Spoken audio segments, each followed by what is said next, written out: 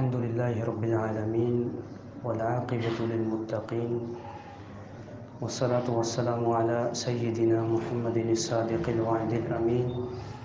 أما بعد فأعوذ بالله من الشيطان الرجيم. بسم الله الرحمن الرحیم.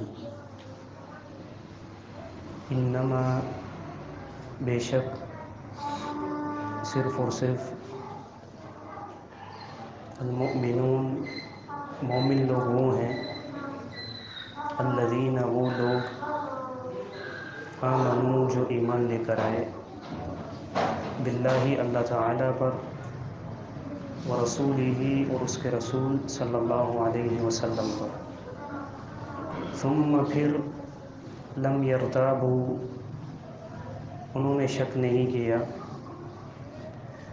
وجاہدوا اور انہوں نے جہاد کیا باموالہم اپنے مالوں کے ذریعے وانفسہم اور اپنی جانوں کے ذریعے فی سبیل اللہ اللہ تعالیٰ کے راستے میں. اولئک یہ لوگ ہم یہی ہیں الصادقون سچے لوگ.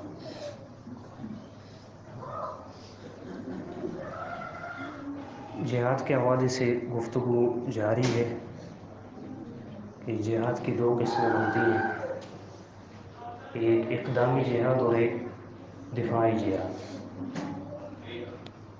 دونوں آپ کے سامنے کل بیان ہو چکی ہیں. اقدامی جہاد اس کو کہتے ہیں کہ کافر اور مسلمانوں کے درمیان کوئی جھگڑا نہ ہو، کوئی تیاری نہ ہو، کافروں کی طرف سے کوئی حملہ نہ ہو، پھر بھی مسلمانوں کے ذمے ہے کہ وہ اسلام کو پھیلانے کے لیے جہادی مہم چلائیں.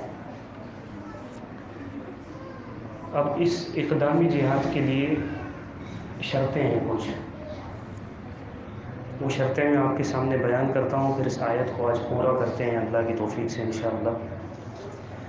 سب سے پہلی شرط جہاد کے لیے، اقدامی جہاد کے لیے ہے وہ دین اسلام ہے، انسان کا مسلمان ہونا ہے. کیونکہ کسی بھی عمل کی قبولیت کے لیے بنیادی اور اول شرط اسلام ہے. اسلام کے بغیر کوئی بھی عمل انسان کا قبول نہیں ہوتا. اللہ تعالیٰ کا فرمان ہے وَمَن يَبْتَغِ غَيْرَ الْإِسْلَامِ دِينًا فَلَن يُقْبَلَ مِنْهُ. جو بھی اسلام کے علاوہ کوئی دین لے کر آئے گا ہمارے پاس اور اس دین میں رہ کر اس نے کچھ بھی عمل کیا ہو تو فَلَن يُقْبَلَ مِنْهُ، اس سے کوئی بھی عمل قبول نہیں کیا جائے گا. تو پہلی شرط اسلام ہے، یعنی مسلمان ہونا ہے. اسی طرح صحیح مسلم میں حدیث ہے، صحابہ فرماتے ہیں کہ بدر کے لیے جب ہم نکل رہے تھے تو ایک مشرک شخص آیا، اس کی بہادری کے بڑے چرچے تھے معاشرے میں، بڑا ہی دلیر شخص تھا. اس نے آ کر اللہ کے رسول کو کہا کہ میں آپ کے ساتھ چل رہا ہوں جہاد.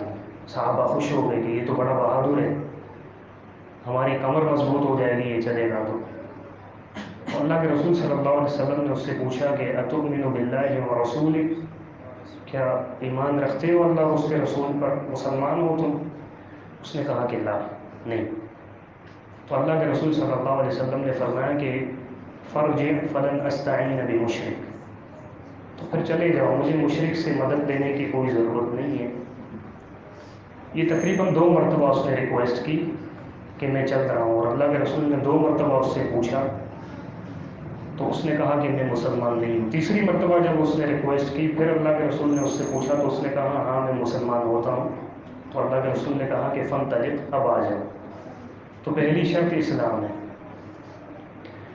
دوسری اور تیسری شرط عقل اور بلوغت، انسان کا عاقل ہونا اور بالغ ہونا. دیکھیں جہاں پر عقل کا ذکر ہوتا ہے تو اس کے مقابلے میں بے وقوفی مراد نہیں ہوتی، ٹھیک ہے نا، اس کے مقابلے میں جنون مراد ہوتا ہے. اب مثال کے طور پر جو انسان معاشرے میں بے وقوف ہے تو اس کو کیا ہم بے عقل کہیں گے؟ نہیں، عقل ہے اس کے پاس لیکن وہ استعمال کرنا نہیں جانتا. تو جو مجنون ہے وہ عقل کے مقابلے میں آتا ہے، بے وقوف نہیں آتا. تو دوسری شرط عقل ہے، انسان کا عاقل ہونا، اور تیسری شرط بلوغت ہے. ابو داؤد میں حدیث ہے، اللہ کے رسول صلی اللہ علیہ وسلم کا فرمان ہے، آپ نے فرمایا کہ 3 بندے ایسے ہیں کہ جن پر کوئی مواخذہ نہیں، جن پر کوئی پابندی نہیں کہ وہ دین پر عمل کریں، ان پر اسلامی احکامات لاگو نہیں ہوتے۔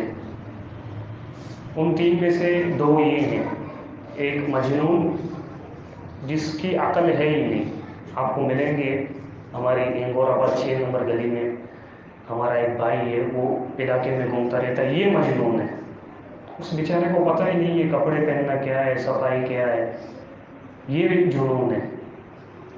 تو ایسا شخص، اس پر کوئی بھی پابندی نہیں ہے یہ عمل کرے، کیونکہ اس کو پتہ ہی نہیں ہے بیچارے کو کچھ۔ اور تیسرا وہ شخص اس حدیث میں مراد ہے ابو داؤد میں کہ جو بچہ ہے جب تک وہ بالغ نہیں ہو جاتا، بالغ جب تک نہیں ہوتا تب تک اس پر کسی بھی عمل پر پابند ہونا ضروری نہیں ہے۔ دین اسلام کے احکامات بلوغت سے پہلے لاگو نہیں ہوتے۔ تو یہ 3 شرطیں ہوں جہاد کرنے کی، جیسا کہ صحیح بخاری میں حدیث ہے، عبداللہ بن عمر فرماتے ہیں غزوہ احد کے دن میری عمر 14 سال تھی، میں نے اپنے آپ کو اللہ کے رسول صلی اللہ علیہ وسلم کے سامنے پیش کیا جہاد کرنے کے لیے، تو اللہ کے رسول نے مجھے واپس لوٹا دیا۔ پھر غزوہ خندق پیش آیا تو اس وقت میری عمر 15 سال تھی، تو اللہ کے رسول نے مجھے اجازت دی۔ تو بلوغت تیسری شرط ہے۔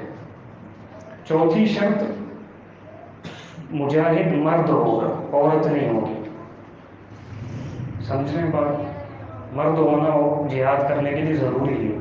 اللہ تعالیٰ نے عورت پر جہاد کی پابندی نہیں رکھی ہے، جیسا کہ رسول اللہ صلی اللہ علیہ وسلم سے صحیح بخاری میں حدیث موجود ہے، اما عائشہ نے پوچھا، فرماتی ہیں کہ استأذنت من النبی صلی اللہ علیہ وسلم فی الجہاد، میں نے اللہ کے رسول سے اجازت طلب کی کہ مجھے جہاد میں جانے کی اجازت دیں۔ کتنا جذبہ ہے وہ عورت کا ہے، بڑی بات ہے نا یہ، عورت کے اندر اتنا جذبہ کہ وہ اللہ کے دین کے لیے عورت بھی مٹنے کے لیے تیار ہے۔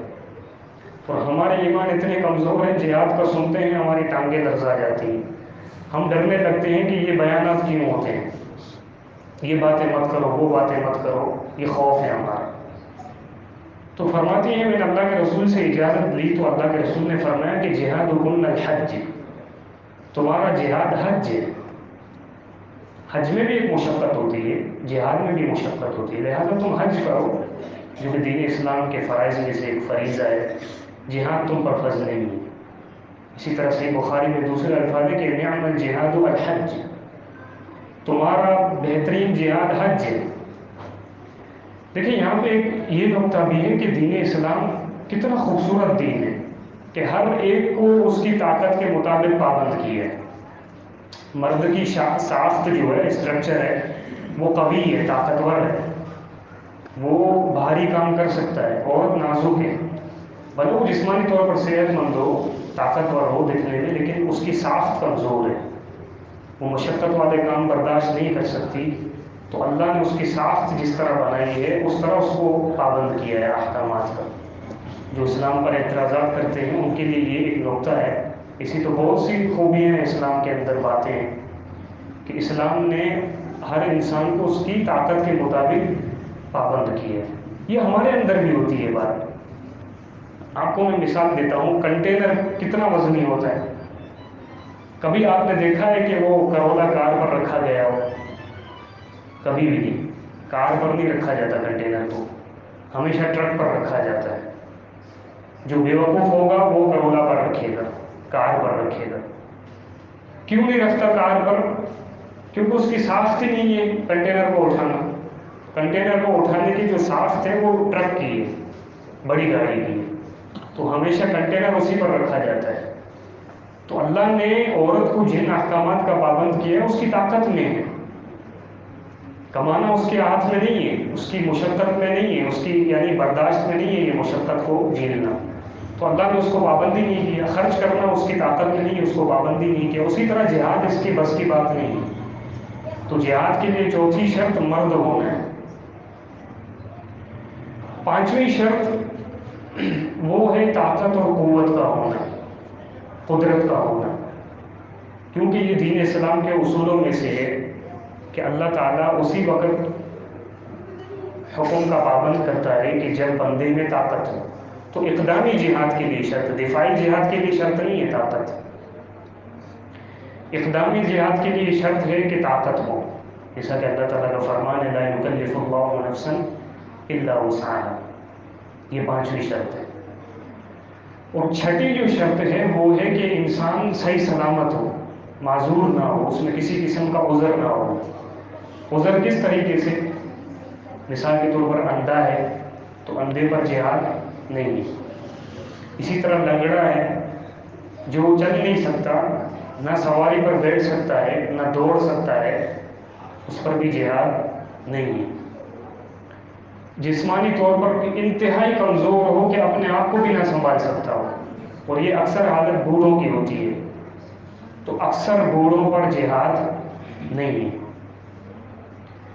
اسی طرح شدید مرض میں مبتلا ہو کوئی شخص، شدید مرض، بھلے وہ وقتی مرض ہو کہ بعد میں جا کر وہ صحیح ہونے کی امید ہو، لیکن جہاد کے وقت اگر وہ شدید مریض ہے کہ وہ یعنی ٹھیک نہیں ہو رہا، اپنے اس میں جسم میں اس کو طاقت محسوس نہیں ہو رہی، تو لہٰذا اس کے اوپر بھی جہاد فرض نہیں ہے. ایسا نہیں ہے کہ سر میں درد ہے تھوڑا سا نزلہ ہو گیا تو وہ کہیں میں بیمار ہوں، نہیں، یہ چھوٹی موٹی بیماریاں نہیں، شدید مرض. تو یہ 6ٹھی شرط میں یہ 4 باتیں آ جاتی ہیں. 7ویں جو شرط ہے وہ ہے کہ بندہ جہاد کے لیے جائے تو اس کے پاس اخراجات ہوں، جیسا کہ سورۃ توبہ میں آیت ہے، اسی کو دلیل بنا کر میں بات کر رہا ہوں کہ اخراجات ہونے چاہیے. کس چیز کے اخراجات؟ وہ گھر چھوڑ کے جہاد کے لیے نکل رہا ہے، اس کے لیے گھر کے خرچ جتنا مال ہونا چاہیے، سواری اس کے پاس ہونی چاہیے، اسلحہ اس کے پاس ہونا چاہیے، اور راہ جہاد میں جو بھی ضرورت پیش آئے اس کے لیے اس کے پاس خرچہ ہونا چاہیے. اب مثال کے طور پر خرچہ نہیں ہے تو یہاں پر جہاد بالاموال ہوگا.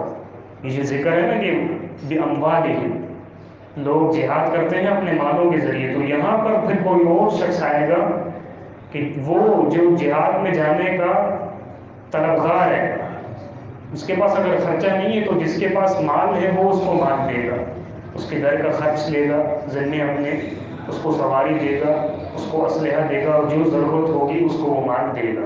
یہ جہاد بالاموال فی سبیل اللہ. تو یہ 7ویں شرط ہے کہ اخراجات ہونے چاہیے. اور 8ویں شرط اقدامی جہاد کے لیے ہے، وہ ہے والدین کی اجازت. والدین کی اجازت کے حوالے سے جو احادیث ہیں وہ اقدامی جہاد کے لیے ہیں. دفاعی جہاد ہو تو اس وقت کسی کی بھی اجازت کی ضرورت نہیں ہے، چاہے حاکم وقت بھی کیوں نہ ہو. ٹھیک ہے، یہ 8 شرطیں بنتی ہیں اقدامی جہاد کے لیے. اب دفاعی جہاد میں کوئی بھی شرط نہیں ہے سوائے اسلام کی. ایک اسلامی ریاست ہے، وہاں پر اگر حملہ ہو گیا ہے تو وہاں بوڑھا بچہ جوان ہر کوئی کوشش کرے گا کہ دشمن کو اپنی سرحد سے وہ دفاع کرے، نکالے، ان سے لڑ کر اپنی طاقت کے مطابق. اگر وہ لڑنے سے عاجز آ جائیں تو پھر ان کے ذمے ہے کہ وہ صبر کریں، اور ان کے دوسرے مسلمان بھائی جو دوسری زمین پر رہ رہے ہیں ان کے ذمے ہے کہ وہ ان کا آ کر دفاع کریں، ان کو کافروں سے نجات دلوائیں. تو یہ شرطیں ہیں. اب ان شرطوں کو جب آپ سامنے رکھیں گے تو ایک وہ شخص ہے جو اندھا ہے، جو جہاد نہیں کر سکتا، تو اس کا مطلب کیا وہ کامل مومن نہیں ہے؟ ایک وہ شخص جو لنگڑا ہے وہ جہاد نہیں کر سکتا، کیا وہ کامل مومن نہیں ہے؟ ایک عورت ہے، کیا وہ کامل مومنہ نہیں ہو سکتی؟ اسی لیے میں نے یہ کہا تھا کہ اس آیت میں اللہ نے 2 اضافی شرطیں بتائی ہیں ایمان کے کامل ہونے کے لیے.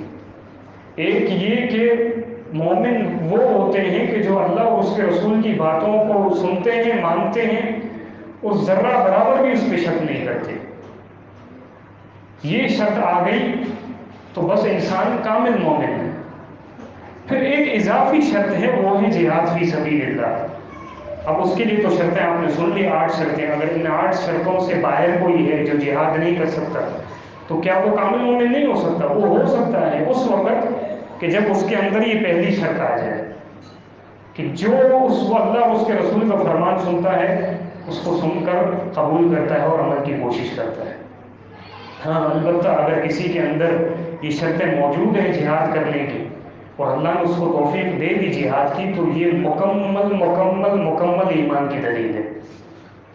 اس کو آپ ان الفاظوں سے سمجھیں کہ ہر مجاہد مومن ہوتا ہے، لیکن ہر مومن مجاہد نہیں ہوتا۔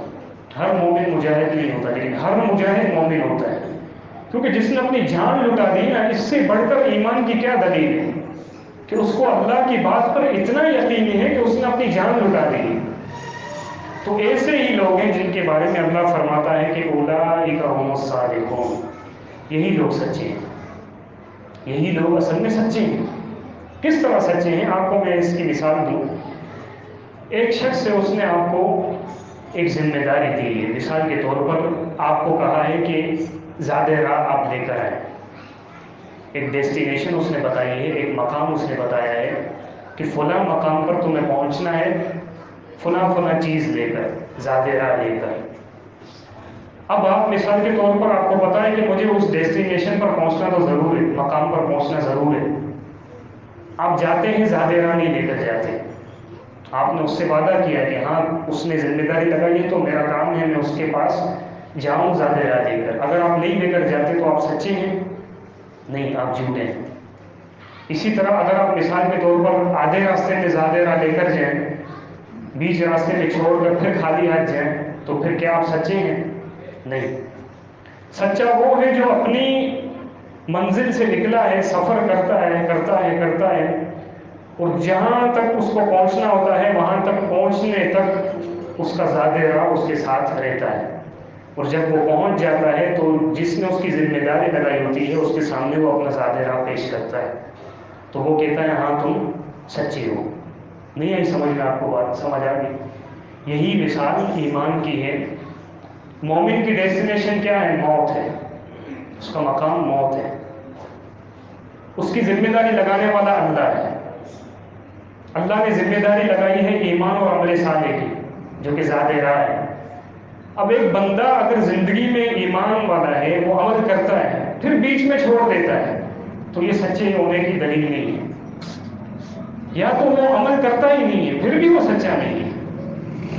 سچا وہ ہے تم میں سے اور مجھ میں سے کہ جو ایمان لانے کے اول سے لے کر مرنے کے آخر تک اللہ کی راہ میں کوششیں کرتا رہتا ہے، عمل کرتا رہتا ہے، یہاں تک کہ اگر جہاد بھی اس کو کرنا پڑے تو وہ جہاد بھی کر لیتا ہے، اور اللہ کے پاس موت تک وہ عمل کے ساتھ پہنچ جاتا ہے۔ جیسا کہ اللہ تعالیٰ کا فرمان ہے کہ پیغمبر صلی اللہ علیہ وسلم وَاعْبُدْ رَبَّكَ حَتَّىٰ يَأْتِيَكَ الْيَقِينُ، جب تک موت نہیں آتی ہے پیغمبر صلی اللہ علیہ وسلم آپ اس وقت تک اللہ کی عبادت کرتے رہیں، عمل میں مصروف رہیں۔ تو یہی سچے ہونے کی دلیل ہے کہ مومن وہی سچا ہے جو اللہ اور اس کے رسول پر ایمان لے کر آیا، اللہ اور اس کے رسول کی باتوں، خبروں اور وعدوں پر اس نے شک نہیں کیا، اس شک نہ کرنے کی وجہ سے ہمیشہ وہ عمل میں مسلسل محنت کرتا رہا۔ تو یہی لوگ سچے ہیں، نہ کہ وہ لوگ جس طرح اعرابی اور دیہاتی لوگوں نے زبانی طور پر دعوے کیے کہ ہم مسلمان ہیں، ہم موحد ہیں، ہم مومن ہیں، لیکن جب انہوں نے اپنی عملی زندگی کو دیکھا تو ان کے خاتے میں کوئی بھی عمل نام کی چیز موجود نہیں تھی۔ اللہ تعالیٰ سے دعا ہے کہ اللہ تعالیٰ ہمیں بھی اپنے سچے بندوں میں سے بنا دے۔ آمین وآخر دعوانا الحمد للہ رب العالمین۔ اس ویڈیو کو زیادہ سے زیادہ شیئر کیجیے اور ہمارے چینل سبحانی مسجد لیاری کو سبسکرائب کیجیے اور صدقہ جاریہ کے مستحق بنیے۔ جزاکم اللہ خیرا کثیرا فی الدنیا والآخرہ۔